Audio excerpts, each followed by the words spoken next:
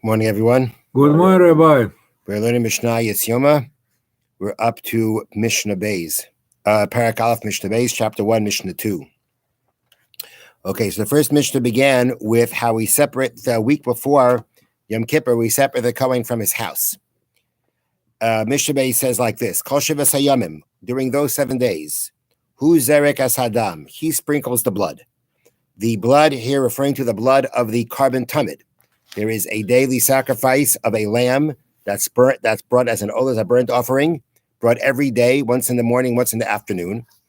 And really, it's not and during the rest of the year, it's not the Kohen's job to necessarily sprinkle that blood. There are other Kohanim who take care of it. But during this week, as a preparation for Yom Kippur, to familiarize himself, to kind of get practice in the things that he has to do on Yom Kippur himself, only he can do. Therefore, we started getting him familiar with certain things that I have to make sure that he did, which may have not been doing the rest of the year. And that is, Huzarik Asadam, he sprinkles the blood of the Tamid sacrifice. Umakter Sakatoris, and he offers the daily offering of the Ktaris, of the incense that's burnt. Again, on Yom Kippur, he's going to have to be the one to do it. So therefore, we get him to start practicing beforehand. Umeitiv Asaneres, he refreshes the candles. Meitiv Asaneres means it means that he cleans out the ash from the previous day's wicks, and then he lights it. And he offers the head and the foot.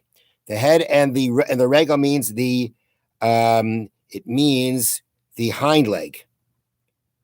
What? The right hind leg. Okay, that's what it means as harosh v'saregal. The head and the regal, the foot. The foot here referring to is the right hind leg. And this is really, when we talk about the head and the hind leg, this is talking about the animal itself, the offering of the animal itself. And the first things that are offered of the carbon tamid are these parts, the head and the hind leg. Mm-hmm. So really, he's going to offer all the parts, not just these parts. But we're mentioning the first parts that are offered.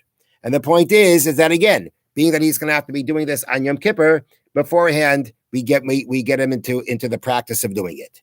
So that means that he's going to, just to put it all together, he's gonna be the one doing the service of the carbon tamid of the daily sacrifice, sprinkle the blood. He's going to offer the incense. This is the order of things, how they go. He's going to clean out the candles and light them. He's going to offer the parts of the animal of the sacrifice. And again, this is not something that he has to do all year round.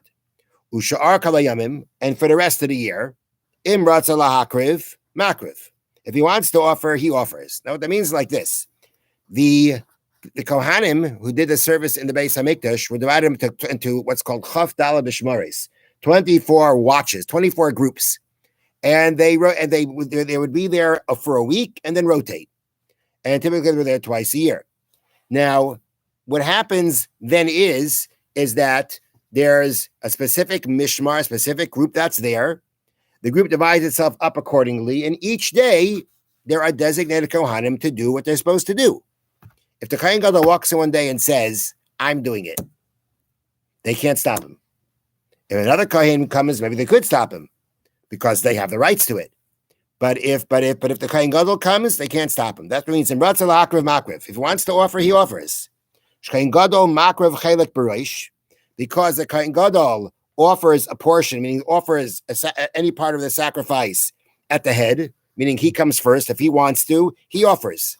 Not only that, he takes a portion at the head of everybody, because there are parts of the sacrifices that were eaten by the Kohanim, or the skins from the burnt offering, and they were divided up equally amongst the Kohanim. The Kohen Gadol walks in and he says, I want this. I'm taking this today. He takes it. You can't stop him. So when it comes to the service in the Beis HaMikdash, if it comes to the things of the parts of the sacrifice that are divided amongst the Kohanim, if he decides he wants to take something, he goes first. But when it comes to what they bring down, what the Tanura brings down, well, let's say for Truma, meaning nothing with the carbon, with the Beis HaMikdash, Truma, right? You have the grain, there's a part of the grain, you separate, you give it to the Kohen, okay? So you're about to give it to a Kohen, and the Kohen Gadol walks in and he says, I want it. You don't have to give it to him. The only time he has that precedence is when it comes to things in the Beis HaMikdash. But outside the Beis HaMikdash, he doesn't take it. He doesn't have precedence over any other Kohen. Have a wonderful day. Thank you, Rabbi. they draw